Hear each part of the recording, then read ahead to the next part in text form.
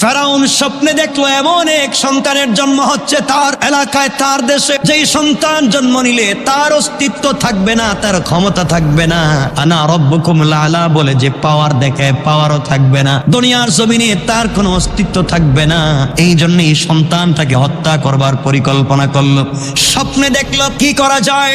সিদ্ধান্ত নিল বনি ইসরাইলের কোন মহিলার ঘরে কোনো সন্তান জন্ম দিতে পারবে না। যারাই জন্ম দিবে তাদেরকে হত্যা করা হবে। বনি ইসরাইলের নারীরা সন্তান জন্ম দিতে লাগলেন। যাকে পায়, যেখানে পায় তাদেরকে হত্যা করে, গুপ্ত হত্যা করে, প্রকাশ্য হত্যা করে, বিভিন্ন ভাবে হত্যা করতে লাগলো।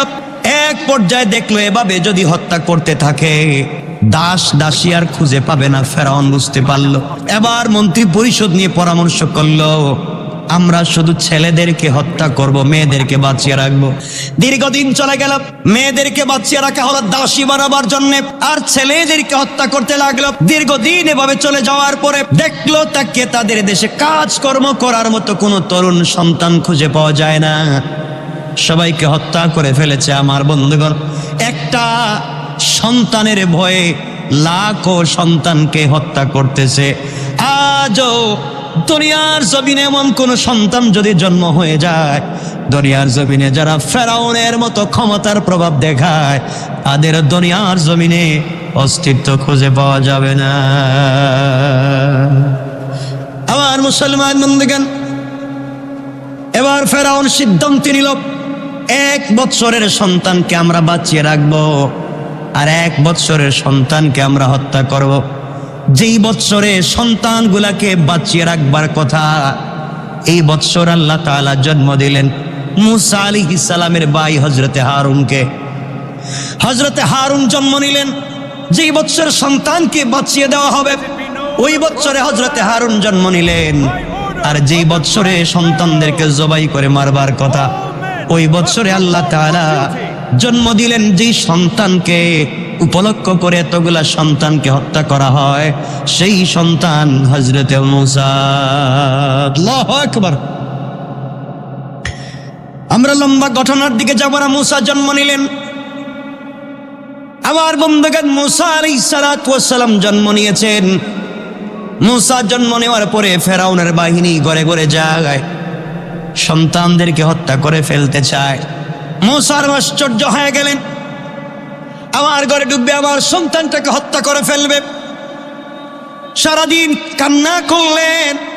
রাত্রবেলা মুসাকে কোলে নিয়ে যখন ঘুমিয়ে পড়েছেন, স্বপ্নে দেখেন কে বলতেছে, মুসার মারে, এই সন্তানকে নিয়ে আপনি কোনো টেনশন করবেন না, চিন্তা করবেন না।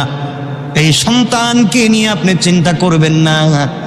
আগামীকালকে যখন আপনার ঘরে ফেরাউনের বাহিনী সন্তান হত্যা করবার জন্য আসবেন, আপনি আপনার কুলের সন্তানটাকে প্রজ্বলিত চুলার আগুনের মধ্যে ফেলে দিবেন আপনার সন্তানকে।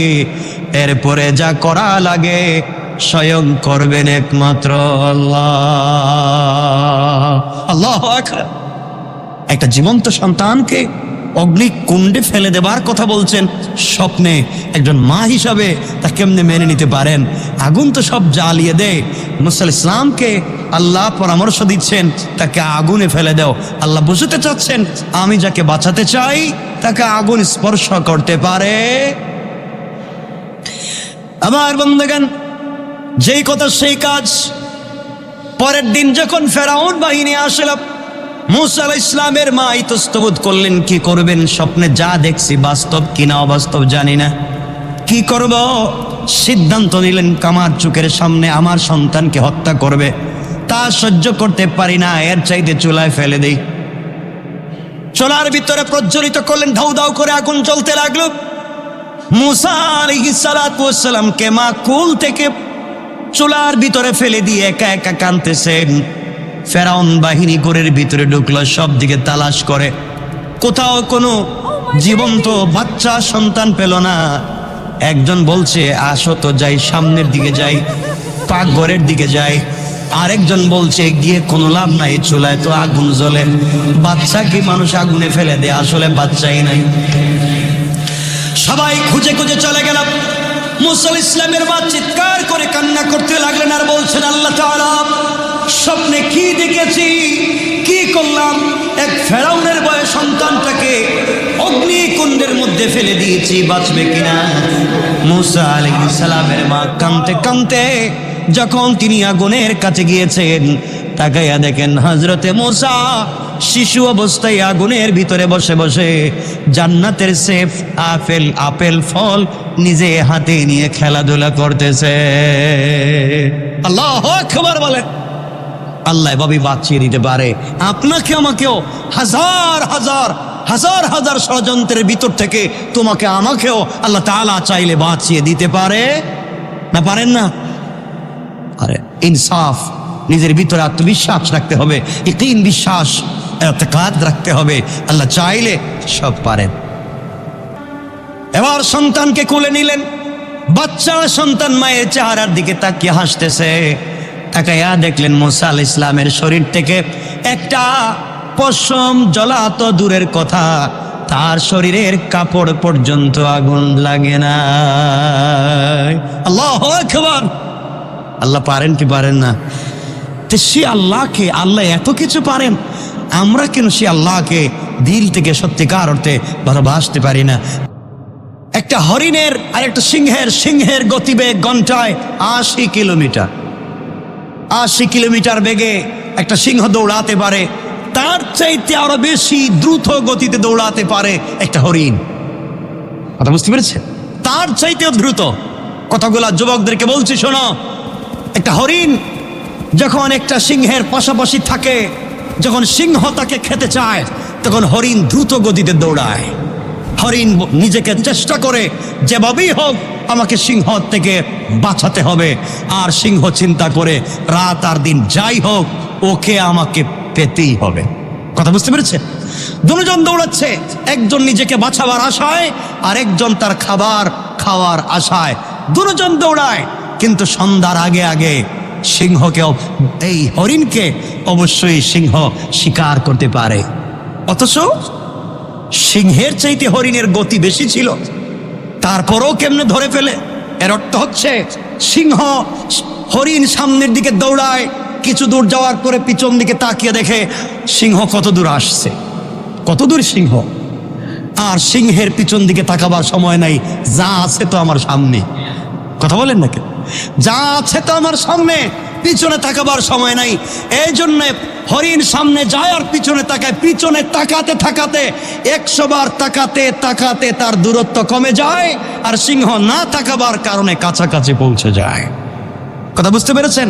এই জন্য যুবকদেরকে বলছি, ভাই, তোমার পিছনের জিন্দগিতে অতীতে কি হয়েছে? তোমার অতীতের চরিত্রে স্খলন ছিল, তোমার অতীতের জিন্দগিতে অন্যায় ছিল, তোমাদের অতীতের জিন্দগিতে ব্যর্থতা ছিল। ওদিকে তাকাবার সময় নাই, তোমার ভবিষ্যৎ 100% পরিষ্কার। কথা বলেন না কেন? এখনো ভবিষ্যৎ নষ্ট হয়ে যায়নি, ভবিষ্যতে কোনো স্খলন আসেনি, ভবিষ্যৎ সামনে। পিছনে থাকাবার সময় নাই, সামনে দৌড়াতে থাকো, আজ না হয় কাল মঞ্জিলে মকসুদে পৌঁছে যাবে ইনশাআল্লাহ। কে যেন বলছে নদীতে বসিয়ে দাও সন্তানকে। গভীর রাত্রে স্বপ্নে দেখলেন, ঘুম থেকে উঠলেন, নৌকা পাবেন কোথায়, মিস্ত্রি পাবেন কোথায়, কি দিয়ে নৌকা বানাবেন?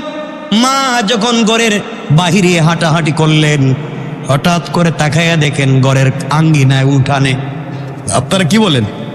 উঠানি তো বলেন। ঘরের আঙ্গিনায় উঠানে লম্বা জুব্বা পরা, মাথায় পাগড়ি পরা, কাঁধের মধ্যে একটা বস্তা নিছে, কাঁধের মধ্যে একটা বস্তা নিয়ে একজন মিস্ত্রি উঠানের মধ্যে হাঁটাহাঁটি করতেছে। জিজ্ঞেস করলেন, তুমি কে? আমি মিস্ত্রি, নৌকা বানাই, আমি সিন্দুক বানাই, নৌকা বানাই, সব আমি বানাই।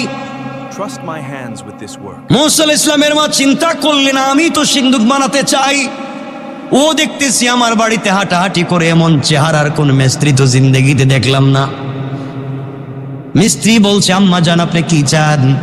বাবারে আমি একটা সিন্দুক বানাতে চাই, স্পেশাল সিন্দুক বানাতে চাই, কিন্তু তোমাকে দিয়ে আমি কেমনে বানাবো? মিস্ত্রি বলছে, আম্মা জান কি রাখবেন সিন্দুকে? স্বর্ণ নাকি রূপা নাকি কি রাখবেন? সোনা চাঁদি বলেন। মহিলা বলতেছেন, বাবা এমন জিনিস রাখতে চাই, তোমার কাছে কেমনে খুলে বলি? তুমি আবার কে? আমি তো চিনি না। তুমি যদি ফেরাউনের কোনো গোয়েন্দা হো তাইলে তো ঝামেলা। কানে কানে মিস্ত্রি গিয়ে বলছে, আম্মা জান, আমি ফেরাউনের কোনো গোয়েন্দা না, আমি হলাম আল্লাহ পাকের প্রেরিত ফেরেশতা জিবরাইল। আল্লাহু আকবার। তো জিবরাইল, তোমার অবস্থা এমন কেন? এই যে বস্তা নিয়ে ঘুরতেছো, এটার ভিতরে কি? ওইটার ভিতরে আছে হাতুড়ি। আর কি কি লাগে? হাতুড়ি লাগে, হ্যাঁ, লোহা, করাত, এগুলাই। কতে তো ঠিক আছে, আমি তো একটা এই সিন্দুক বানাতে চাই, আমার একটা ছেলে আছে, নাম রাখছি মুসা, এই ছেলেটার এটার ভিতরে ঢুকাইয়া বাসায় দিতে চাই। জিবরাইল বলতেছে মনে মনে, এই কাজ তো আল্লাহ আমার দিয়েই পাঠাইস। সুবহানাল্লাহ বললেন না? কই এই কাজের জন্য তা আমি পারফেক্ট, আমি খুব ভালো গোপনীয়তার সাথে এমন সিন্দুক বানিয়ে দিতে পারবো। আচ্ছা ঠিক আছে, কি কি দেওয়া লাগবে? কাঠ দেন। হযরতে মুসা আলাইহিস ইসলামের মা কাঠ দিতে লাগলেন আর লাগাতে লাগলেন। তাকাইয়া দেখেন ওই মিস্ত্রি 2টা কাঠ একত্রিত করে মুখ থেকে তুতু লালা বের করে লাগাইয়া দেয়, সাথে সাথে 2টা কাঠ সুন্দর করে জয়েন হয়ে যায়, সুন্দর একটা সিন্দুক হয়ে গেল। এবার জিবরিল আমিন বলছেন, আম্মা জান, আপনার সন্তানকে নিয়ে আসেন, এর ভিতরে শুইয়ে দিতে হবে। হযরতে মুসা আলাইহিস সালামের মা মুসাকে নিয়ে আসলেন, সিন্ধুকে রেখে দিতে চান। জিবরিল আমিন বলছেন, আমার খুলে দেন। আল্লাহ ডাক দিয়ে বলছেন, জিবরাইল, খবরদার বলে দিলাম, আজ তুমি যাকে শিশু মুসা বলেছিল, ভবিষ্যতে সে আমার বন্ধু হবে, এই বনি ইসরাইলের নবী এবং রাসূল হবে। খবরদার, তোমার হাতে আমার বন্ধুকে নিবা, হাতকে শক্ত করতে পারবা না, তোমার হাতকে নরম করে আমার বন্ধুকে তোমার কোলে উঠাইয়া না। আল্লাহু আকবার। শিশু মানুষ, তাকেও আল্লাহ তাআলা কত ভালোবাসতেছেন। জিবরিল আমিনকে বলছেন, খবরদার, ও আমার বন্ধু, কষ্ট দেওয়া যাবে না। আল্লাহর কাছে হযরতে জিবরাইল বলছেন, আল্লাহ, বাচ্চা মানুষ, কয়েকদিন মাত্র বয়স, ওকে এখানে রাখলেই তো কান্না শুরু করবে। আল্লাহ বলেন, মুসা, জিবরিল আমিন, চিন্তার কারণ নাই, একটু পিছন দিকে তাকাও। জিবরিল আমিন পিছন দিকে তাকায় দেখেন 2জন রহমতের ফেরেশতা জান্নাত থেকে বাচ্চাদের বিছানা নিয়ে হাজির। এত আসতে বললেন? হযরতে জিবরিল আমিন সিন্দুকের ভিতরে বিছানা বিছাইয়া দিলেন। আল্লাহ, ও তো কাঁদবে। আল্লাহ বলছেন, জিবরাইল, মার কুলে দাও, আর মাকে বলো ওই সিন্দুকের ভিতরে বিছানা রাখতে। মা যখন মুসা আলাইহিস সালামকে সিন্দুকে রাখতে দেরি, হযরতে মুসা ঘুমাইতে দেরি নেই, ঘুমায় গেছেন। দরজাটা লাগাইয়া নদীতে ছেড়ে দিয়েছেন। কার ভয়ে? সবাই বললেন না কার ভয়ে? এই ঘটনা তো বিশাল। ফেরাউনের ভয়ে ছেড়ে দিলেন। পানি যায় এদিকে আর সিন্দুক যায় এদিকে। মা সুবহানাল্লাহ নাই। মুসা আলাইহিস সালামের এক বোন ছিল, সে জঙ্গলে গিয়ে দেখতেছে বিষয়টা কি, দেখি তো কই যায় কই যায় কই যায়। আস্তে আস্তে যাইতে যাইতে সিন্দুক গিয়া লাগছে ফেরাউনের ঘাটে। কার ঘাটে? যে আপনারা বলেন, যেখানে বাঘের ভয় সেখানেই রাত্র হয়। যে ফেরাউনের ভয়ে এত কার্যক্রম, শেষ পর্যন্ত সেই ফেরাউনের ঘাটে। আল্লাহ বলছেন, ফেরাউন, আমি বাঁচাতে চাই, পারলে তুই কিছু কর।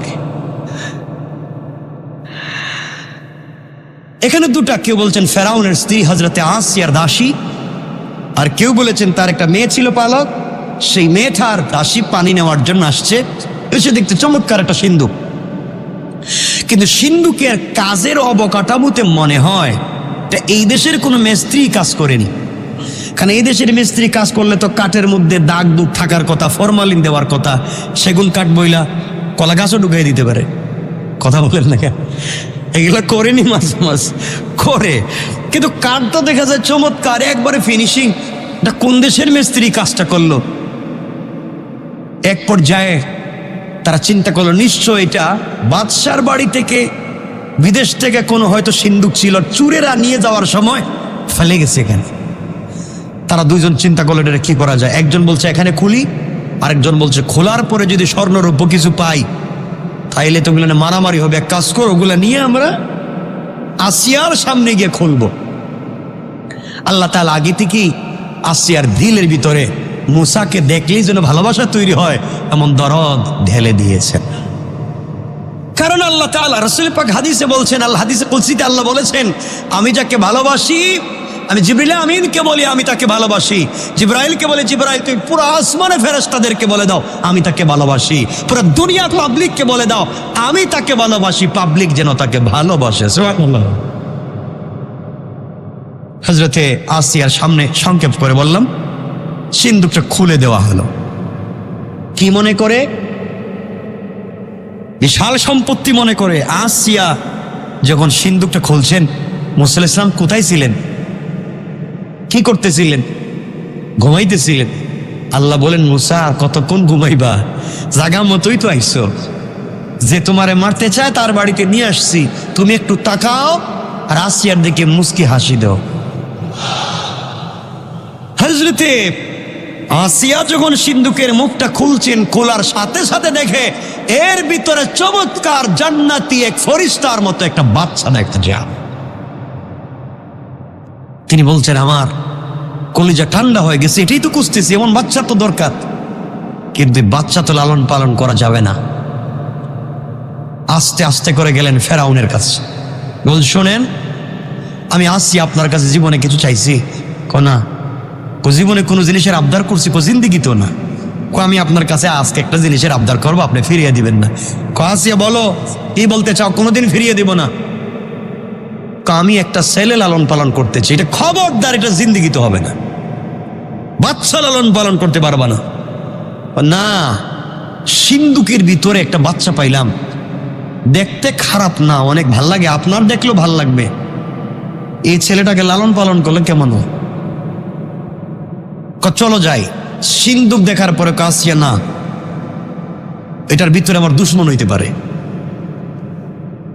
আসিয়া বলতেছেন, দেখেন আপনার দেশের মিস্ত্রি যেভাবে সিন্দুক বানায় আর এই সিন্দুক কিন্তু এক না, আমার মনে হয় বিদেশ থেকে কোন দেশের সিন্দুক এখানে আসছে।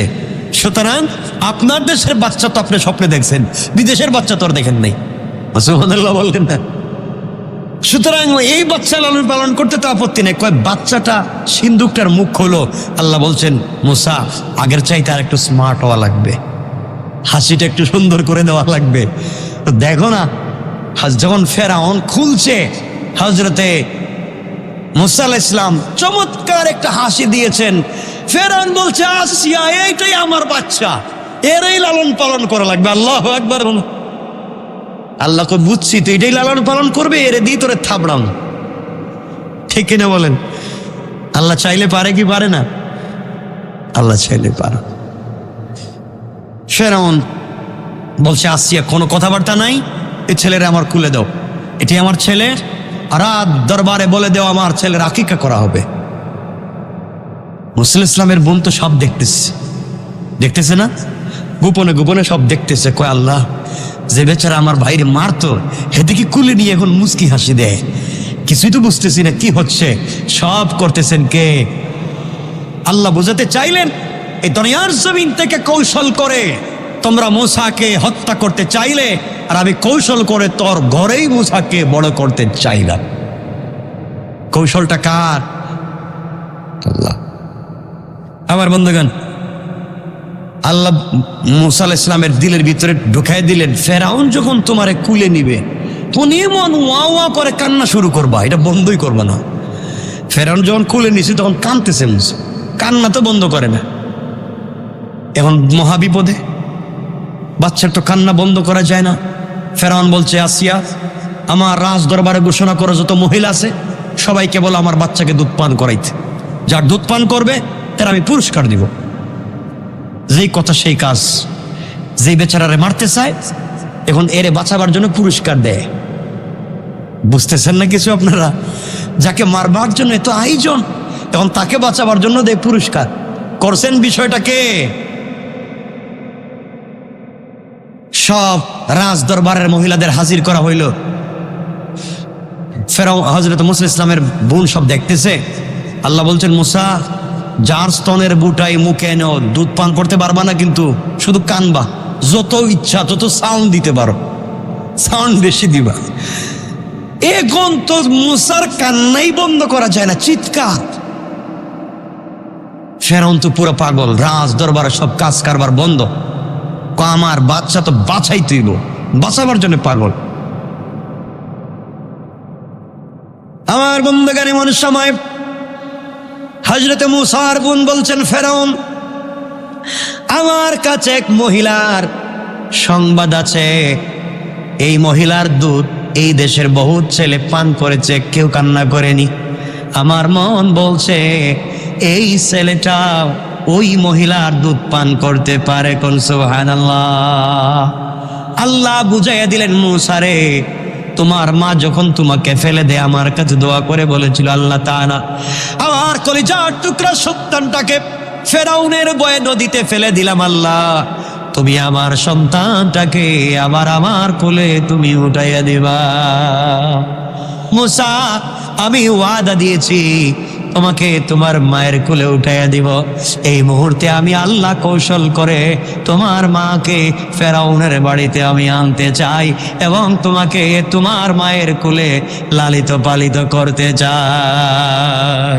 আল্লাহু আকবার। দুশ্মনের বাড়িতে এখন রাজ দরবারের খাবার দাবার চলবে। চিন্তা করেন আল্লাহ কি কৌশল। এই জন্য আল্লাহ রাব্বুল ইজ্জত ওয়াল জালাল বলেছেন, আমি বারবার আয়াত বলি, আমার আল্লাহ বললেন ওয়া মাকারু ওয়া মাকারাল্লাহ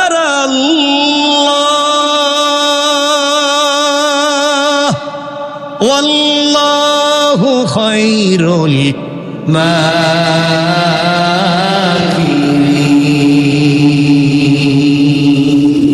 আল্লাহ রাব্বুল ইজ্জত ওয়াল জালাল বললেন, ওরা যত কৌশল করে দিনকে মুছে দেওয়ার জন্য, ওরা জানে না আমার কৌশল তাদের চাইতে আরো 1000 গুণ বড়। কোন ঠিক কিনা? ফেরাউন বলছে, মেয়ে তুমি কি ওই মহিলার চিনো? আমি চিনি তো। বলতেছে না নিজের মা, বলতেছে না মুসার মা, বলতেছে এক মহিলা। যাও তাড়াতাড়ি নিয়ে আসো।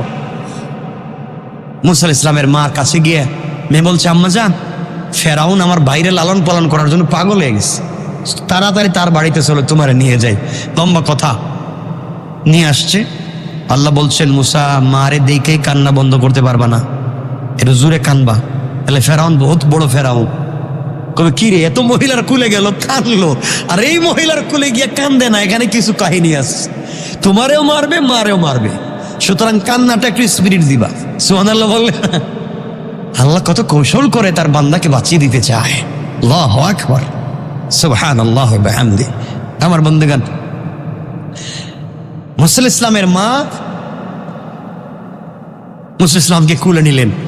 আল্লাহ বলছেন, মুসা আলাইহিস সালামের মা বাচ্চারে কাছে পেয়ে কাঁদতে পারবে না, সাবধান, ফেরাউন মারাত্মক চালাক। মুসার মা সন্তান কুলে নিলেন। ফেরাউন বলছে, কুলে নিয়ে বসে তাই লাভ নাই, তাড়াতাড়ি আমার বাচ্চাটারে বাঁচাও। কে কার বাচ্চারে বাঁচাইবার ওয়াজ করতেছে, চিন্তা করেন। মুসা আলাইহিস সালামের মা বলছেন, দেখেন ফেরাউন, আমি আপনার এই সন্তানকে দুধ পান করাতে পারি, যদি পান করে বিনিময়ে আপনি কি দিবেন? কয় আগে পান করান না। কয় না, বহুত বাচ্চা আমার দুধ পান করে মানুষ হয়েছে, আপনি বলেন আমারে বিনিময় কি দিবেন? কয় যা চাইবেন তাই দিন, আগে আপনি একবার দেখেন খায় কিনা। মুসা আলাইহিস সালামকে আল্লাহ বলছেন, মা মুখে দিলি একটু খাইও। মুসা আলাইহিস সালামের মা যখন তার স্তনের বউটা মুখে দিয়েছে, হযরতে মুসা দুধ পান করতে শুরু করেছে। মা বলছেন, আপনার বাচ্চারা নেন, আমি ফিরি খাওয়াইতে পারতাম না। মুসা, ফেরাউন বলতেছে, তোমার পায়ে ধরি, আমি বাদশা আর তুমি প্রজা, আমার বাচ্চাটারে বাঁচাও। আমার শর্ত আছে। সব শর্ত মানি। 1 নম্বর শর্ত হইল গিয়ে আপনার বাড়িতে আমাকে আলাদা একটা বাসা থাকবার দিতে হইব। দিলাম। আমার সাথে আমার একটা ছেলে আছে, একটা মেয়ে আছে, এদেরকেও থাকবার ব্যবস্থা দিতে হইব। তাও দিলাম। আমার ডিস্টার্ব করা যাবে না। তাও করলাম। ওই বাচ্চাটারে সবসময় আমার কোলে দিয়ে রাখতে হইব, আমি দুধ পান করাবো। তাও করলাম। সুবহানাল্লাহ বললেন না? সব করি, এরপরে বাঁচাইয়া দাও। মুসা আলাইহিস সালামের মা সব শর্ত যখন পালন করতে রাজি, মুসার মা মুসাকে কুলে নিছেন, বাচ্চা দুধ পান করে ঘুমায় গেছে। ফেরাউন কয়, আর কোনো কথা নাই, রাজ দরবারে ঘোষণা করো আমার ছেলের এখন আকিকার দরকার, আমার ছেলে আছে, আমার পরে রাজ সিংহাসনে বসবে। চিন্তা করছেন? আল্লাহ কেমনে কাকে বাঁচাতে চায়। তো লম্বা কথা, শেষ পর্যন্ত সংক্ষেপ, মুসা আলাইহিস সালাম বড় হলেন। কি হলেন? বড় হলেন, একটু একটু বড় হলেন। এই ঘটনা তো আপনারা জানেন। মুসা আলাইহিস সালামকে ফেরাউন ঘরে গিয়ে বলছে, আসিয়া তুমি তো বাচ্চা পাইয়া আমার সব ভুলে গেছো, বাচ্চাটারে একবার আমার কোলে দেও না। আসিয়ার কুল থেকে ফেরাউন যখন মুসা আলাইহিস সালামরে কুলে নিছে, হযরতে মুসা আলাইহিস সালাম হাত ঘুরিয়ে দিছে এক থাবড়া, এক থাপ্পড় খাইয়া মুসারে ফালাইয়া ফেরাউন আরেক দিকে পড়ছে। আসিয়া, এটাই কিন্তু আমার শত্রু। এইভাবে কোনো মানুষ থাপ্পড় দিতে পারে, এটার ওজন তো কমপক্ষে 100 মন হইতে পারে। আসিয়া কয়, আপনি কি পাগল হয়েছেন? এটা ছোট্ট বাচ্চা মানুষ, হাঁটা চলা চিনে না, আর আপনি থাপ্পড় খাই, আপনি কি উল্টো বাচ্চা কি গুলা ছিঁড়ে? আসিয়া, বাচ্চা তো ছোট ঠিক আছে, থাপ্পড়টা তো ভুলার মতো না, মারাত্মক। এর কেমনে বলতে পারে? না, আমি এটারে ছাড়তাম না, আমি এটারে পরীক্ষা করব।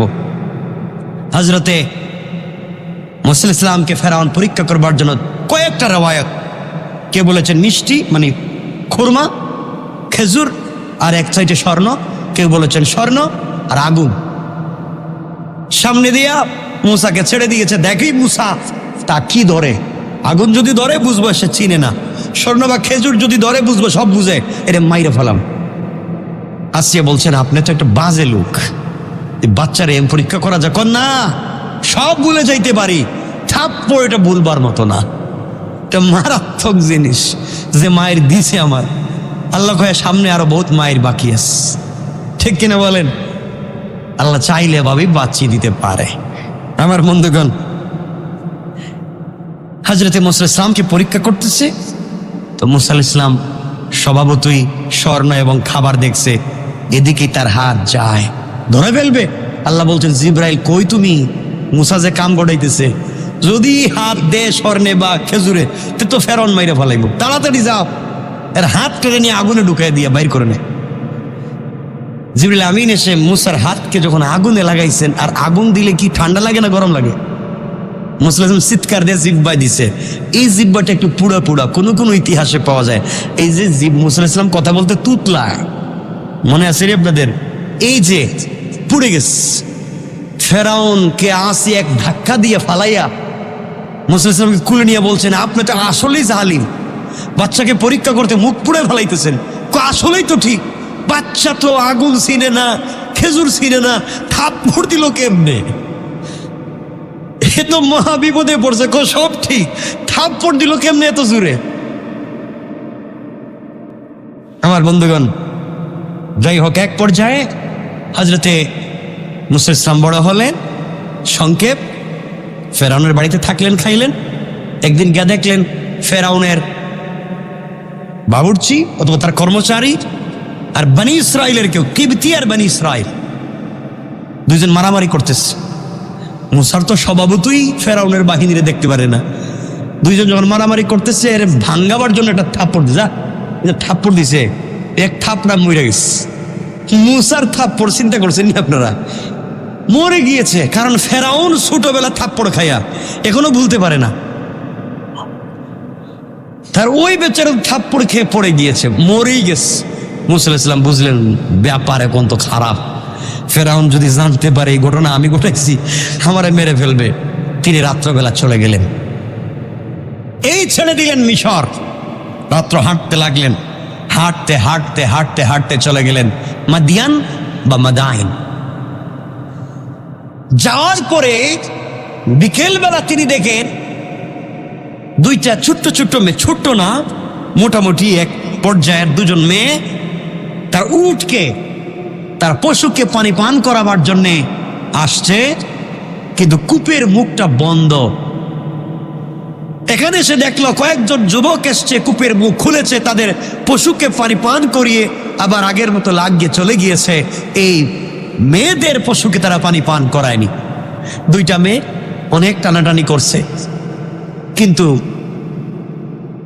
কূপের মুখটা খুলতে পারেনি। হযরতে মুসা আলাইহিস সালাম দূর থেকে দেখলেন, পর্দাও সরায় না, আর তার ছাগল, তার এই পশুগুলো কষ্ট পাচ্ছে। মুসা আলাইহিস সালাম কাছে গেলেন, হাত দিয়ে টান দিলেন, কূপের মুখ থেকে ডাকনা সরাইয়া দিলেন। তারা তাকায় দেখি এটা ছোট মানুষ, এত শক্তি করতে গাইল।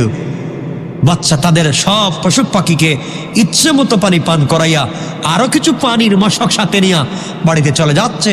সন্ধ্যা হয়ে গিয়েছে, ওই দিন বাড়িতে ফিরতে দেরি হয়েছে। মুসা আলাইহিস সালাম গাছের ঘোড়ায় বসে বসে একা একা চিন্তা করতেছেন, এখন যাব কোথায়। আর এই দুই মেয়ে ছিল হযরত শুআয়ব আলাইহিস সালামের দুই মেয়ে। তারা বাপের কাছে গিয়ে বলছে, আব্বা জান দেরি হওয়ার উজর খাহি, আজকে আমরা আমাদের পশুকে পানি পান করাতে পারিনি, কেউ আমাদেরকে সুযোগ দেয়নি। কিন্তু একটা জওয়ান, একটা তরুণ এক হাত দিয়ে টান দিয়ে কূপের মুখ থেকে ডাকনা সরিয়ে আমাদের পশুদেরকে পানি পান করিয়েছে। দেখতে অনেক ভালো মনে হলো, পর্দার কারণে আমাদের দিকে তাকায়নি, আমাদের দিকে চোখও উঠায়নি, গাছের নিচে বসে আছে। আব্বা, আমাদের তো অনেক পশু, আমাদের তো একজন কর্মচারীর দরকার, আমার মনে হয় ছেলেটা খারাপ হবে না। সুবহানাল্লাহ বললেন না? আল্লাহ বলছেন, মুসা এখন তোমাকে থাকবার একটা ব্যবস্থা করে দিচ্ছি। মুসা আলাইহিস সালামকে এই দুই মেয়ে শুআয়ব আলাইহিস সালাম পাঠালেন, যাও তোমরা ওই ছেলেটাকে নিয়ে আসো। মুসা আলাইহিস সালাম দুই মেয়েকে দেখলেন, তারা এসে বলছে আমাদের বাপ পাঠিয়েছেন, আসেন। তিনি দেখলেন দুই মেয়ে পিছনে, তাকে সামনে হাঁটতে বলতেছে, মানে পর্দার কারণে। বাড়িতে পৌঁছলেন, সালাম বিনিময় হলো। তিনি বললেন, তোমার নাম কি, পরিচয় কি, সব বললেন। এরপরে বললেন, বাবা তুমি আমার বাড়িতে আসছো, আমার বাড়িতে যদি থাকো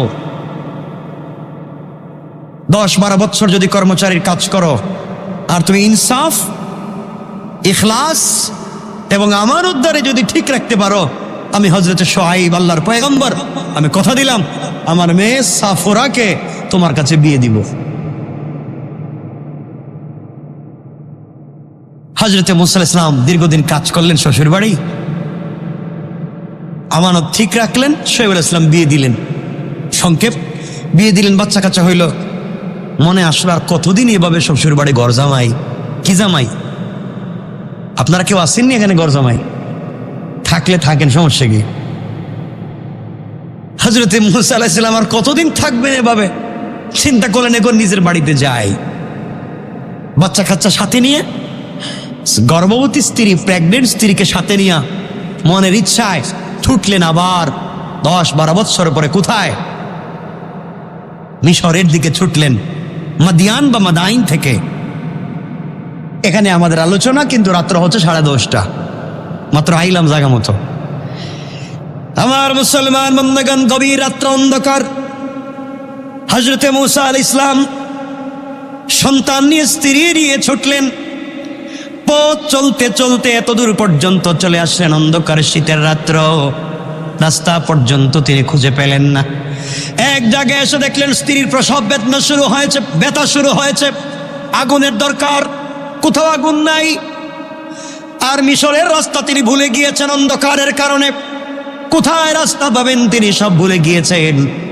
হঠাৎ করে তিনি তাকায়া দেখেন একটা টিলার উপরে, পাহাড়ের উপরে আগুন জ্বলে। বুঝতে পারলেন আগুন যেহেতু জ্বলে, ওখানে কোনো মানুষ থাকতে পারে। পরিবার পরিজনকে বললেন, গাছের গোড়ায় এখানে বসো, পাথরের কাছাকাছি বসো, ওখানেই আগুন দেখা যায়, কাছে গেলে তোমাদের জন্যে আগুনের অঙ্গার নিয়ে আসতে পারবো। তোমরা ওখান থেকে নিজের শরীর জ্বলন্ত অঙ্গার আনলে তাপ পোহাতে পারবে, আগুন পোহাতে পারবে, আর আমরা রাস্তাও পেয়ে যাব। এই চিন্তা করে মুসা আলাইহিস সালাম ছুটলেন। মুসা আলাইহিস সালাম যখন পাহাড়ের কাছাকাছি পৌঁছা গেলেন, যাওয়ার পরে তিনি দেখেন আজীব এক কারবার। ওখানে গিয়ে দেখেন গাছের কাঁচা, জীবন্ত গাছের কাঁচা পাতায় আগুন জ্বলে, কিন্তু গাছের পাতা জ্বলে না।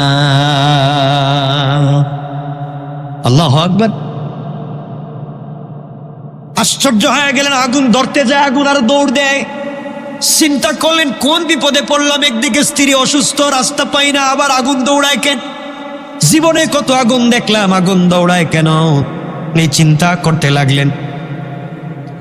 আমার মুসলমান বন্ধুগণ, হযরত মুসা আলাইহিস সালাম বললেন, যেটা আয়াত আমি পড়লাম, إذ رأى نارا فقال لأهلهم كثوا إني آنست نارا لعلي آتيكم منها بقبس أو أجد على النار هدى হযরত মূসা আলাইহিস সালাম বললেন, দেখো,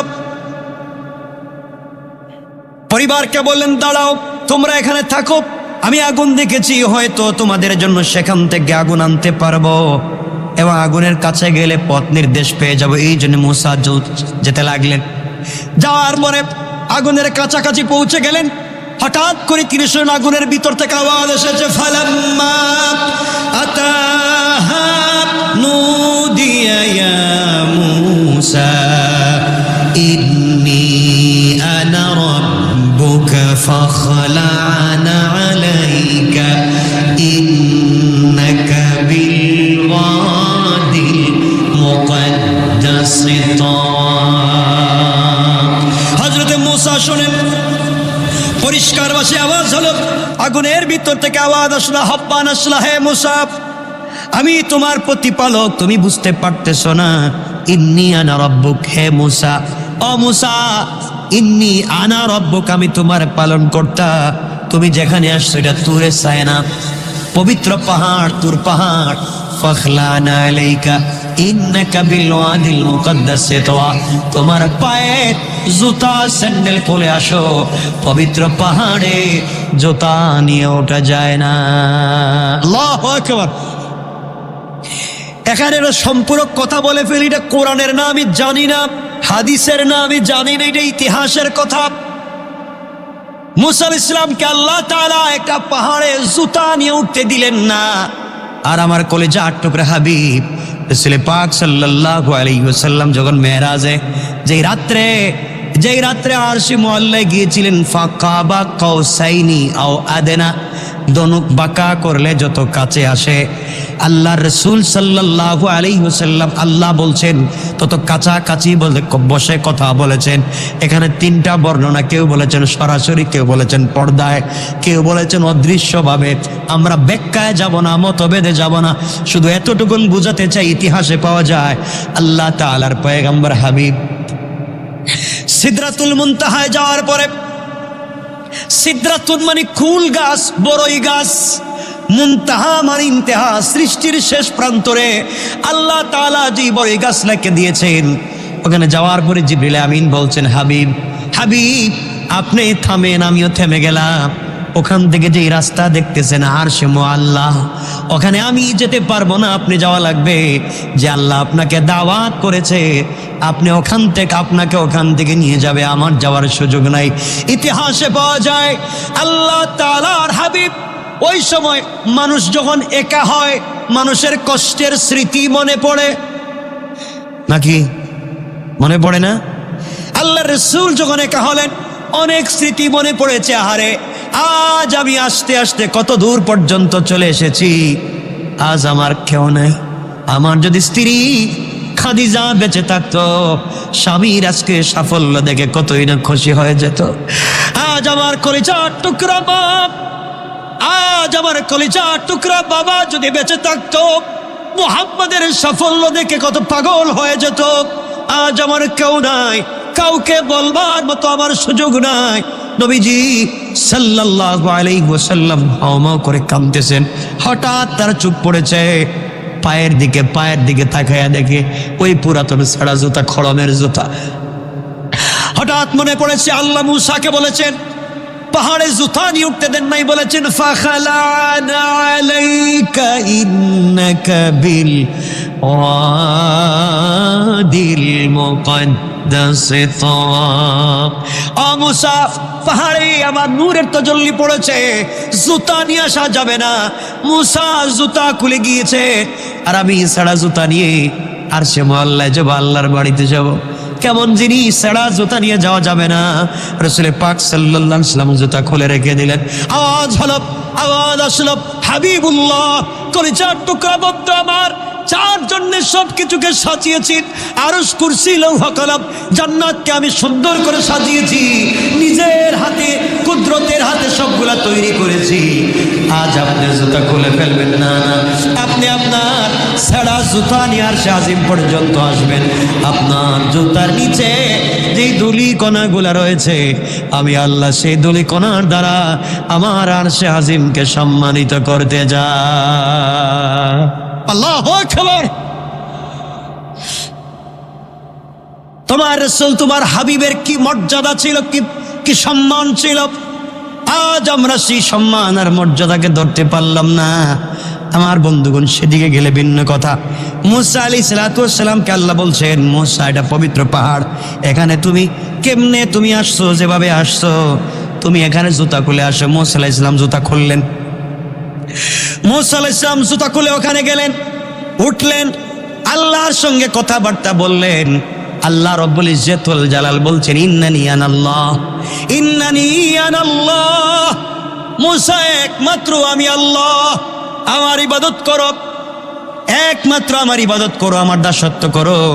মূসা আলাইহিস সালামকে আল্লাহ রব্বুল ইজ্জতুল জালাল বলে দিলেন। মূসা আলাইহিস সালাম কথাগুলা শুনলেন। এবার আল্লাহর কাছে মূসা বলছেন, আল্লাহ তাআলা, আপনি কি সত্যি আমার সঙ্গে কথা বলতেছেন?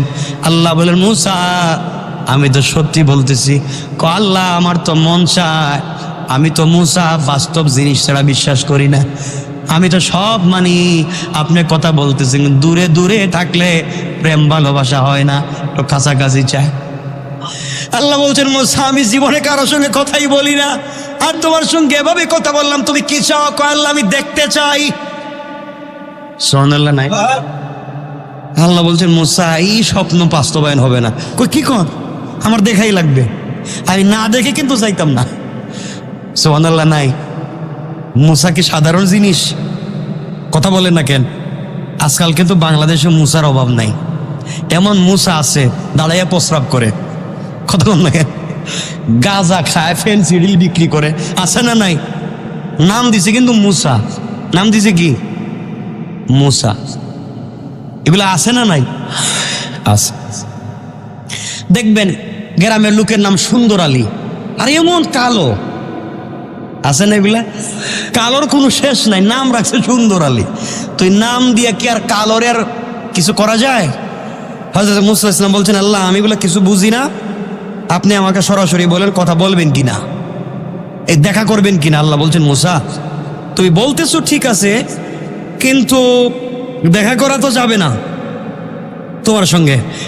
আমি কষ্ট পাইলাম, আমি দেখা না করে যাইতাম না।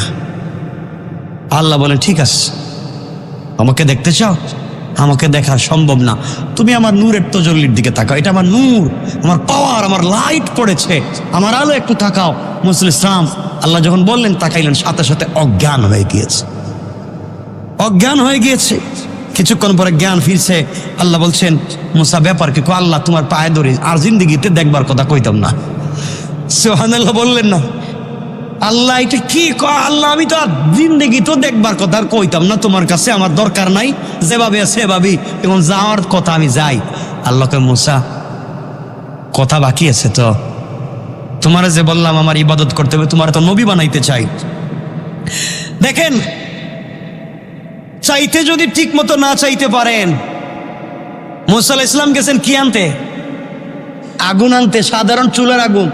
আর আল্লাহ দিতে চায় নবুয়ত। সুবহানাল্লাহ বলেন না? চাইলেন ছোট, আল্লাহ দিলেন বড়। এর জন্য চাওয়ার মতো চাইতে হবে, আল্লাহকে এমন ভাবে চাইতে হবে যেন না দিয়া না পারে। তো এই কথা তো আমি আরেকবার বলছি, আল্লাহর কাছে সিস্টেমে চাইতে হইব, যেন পেঁচে ফুড়েও দেওয়া লাগে।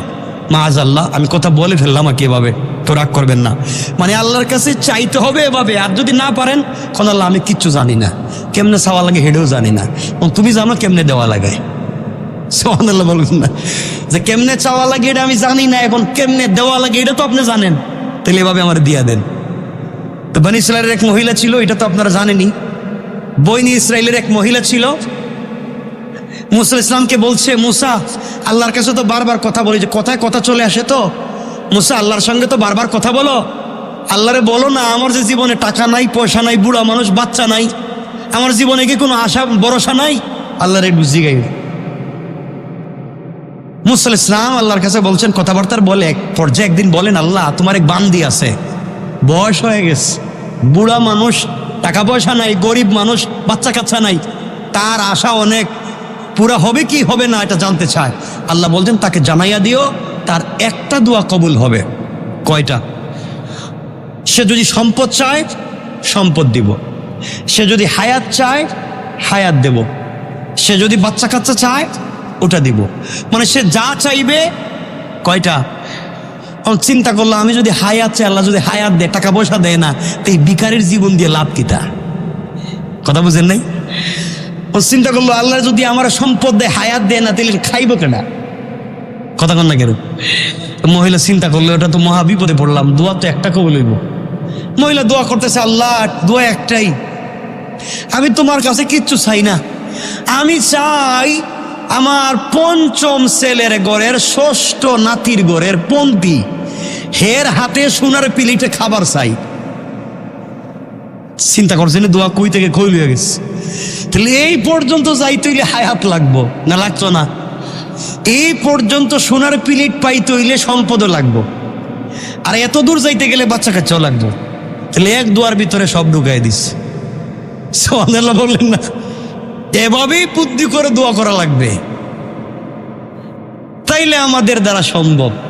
হ্যাঁ, আপনারা তো এমন সিস্টেমে দোয়া করবেন, আল্লাহ ওর জন্য কপালে ঠাড়া পড়ে, আল্লাহকে দরকার নাই ঠাড়া ফেলা, এবার তো দোয়া কবুলেরও দরকার নাই।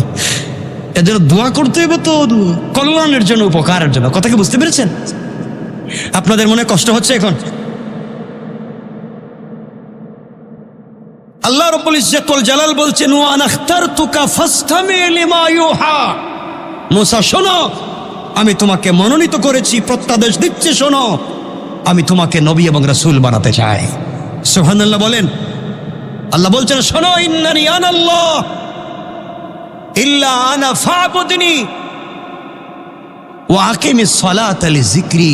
তুমি বলে দাও আমি ছাড়া কোনো ইলাহ নাই, আর আমার শরণে ইবাদত করো, আমার শরণার্থে সালাত পড়ো। এগুলা বলে দাও। এরপরে কিয়ামত সম্পর্কে কথা বলেছেন আল্লাহ রাব্বুল ইজ্জাতুল জালাল। কথা বলতে বলতে বললেন, মুসা কিয়ামত মানুষে বিশ্বাস করবে না, তুমি ভালো করে বুঝাইয়া দিও কিয়ামত কি।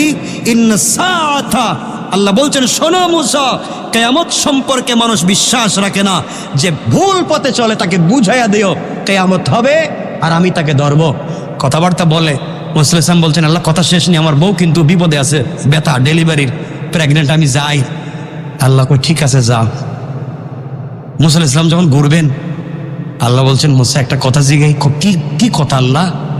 কয়েক তোমারে আমি জানতে চাইছিলাম যে ওয়ামা তিলকা বিয়ামিনিকা ইয়া মুসা।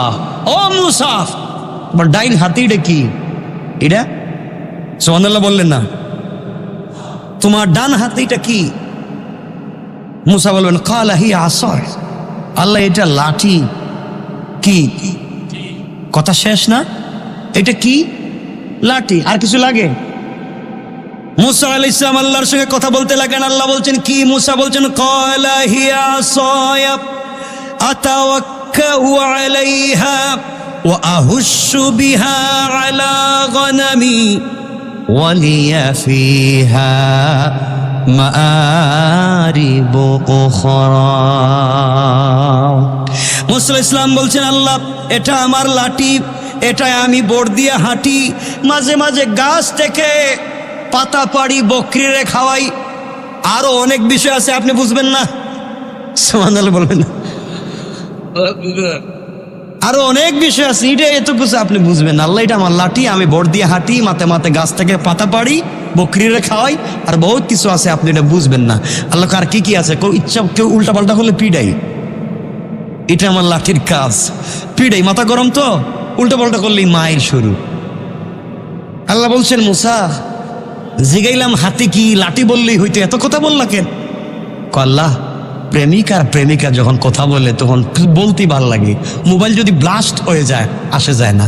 দেখবেন আজকালকে কিছু বল্টুমি আমার কাছে আছে, রাত টেলিফোনে কথা বলতে বলতে ফ্রি টক টাইমে নিজের মোবাইলের ব্যালেন্স শেষ, চার্জ শেষ, বাবার মোবাইল আনছে এটাও শেষ, বাবির মোবাইল আনছে এটাও শেষ। এরপরে তার গার্লফ্রেন্ডের সঙ্গে কথা বলার জন্য মূলা সুরের কদু চুরি করে, এরপরে যেন কথা, আমি কথা বলতে চাই, মানে কথা বলতেই যেন ভাল লাগে। আল্লাহর কাছে মুসা বলছেন, আল্লাহ আমি তো তোমার প্রেমিক, পাগল, আপনি কি বুঝেন আমি জানি না, আমি যত গরম হই কিন্তু আপনার পাগল, আপনার সঙ্গে একটা কথা বেশি বললেই ভাল লাগে। সুবহানাল্লাহ বললেন তো আস্তে। আল্লাহ বলেন, মুসা আমারও ভাল লাগে, তুমি এই যে আমারে বললা লাঠি দিয়ে এই করো সেই করো, আরো অনেক কিছু আছে, এটা আমি বুঝবো না। আমিও বলছি লাঠিতে আরো অনেক কিছু আছে, তুমিও বুঝবা না। সুবহানাল্লাহ বললেন না। মুসা কো, আল্লাহ লাঠি আমার, বানাইছি আমি, লাঠিটা পুরানা, এটা পুরানা লাকড়ি, শুকনা। হ্যাঁ আপনি কোন আমি জানবো না? আমি জানি তো বললাম, তুমি জানো না।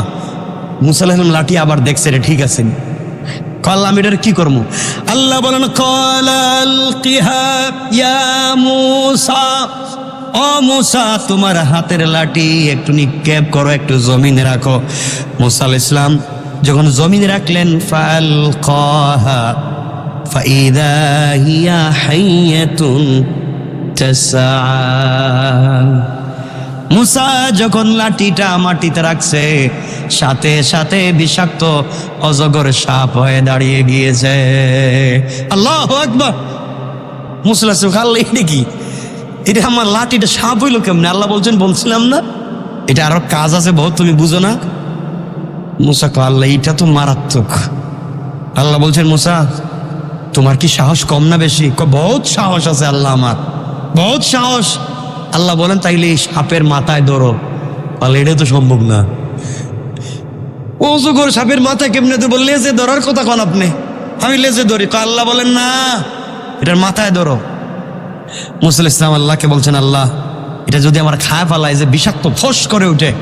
আল্লাহ বলছেন, ধরো না। হযরত মুসা আলাইহিস সালাম যখন চোখ এদিকে ঘুরাইয়া লাঠির মাথায় সাপ মনে করে ধরছে, থাকায় দেখে তার লাঠি। সুবহানাল্লাহ বললেন না? আল্লাহ বলেন, মুসা এটা তোমাকে দিলাম মুআজিজা।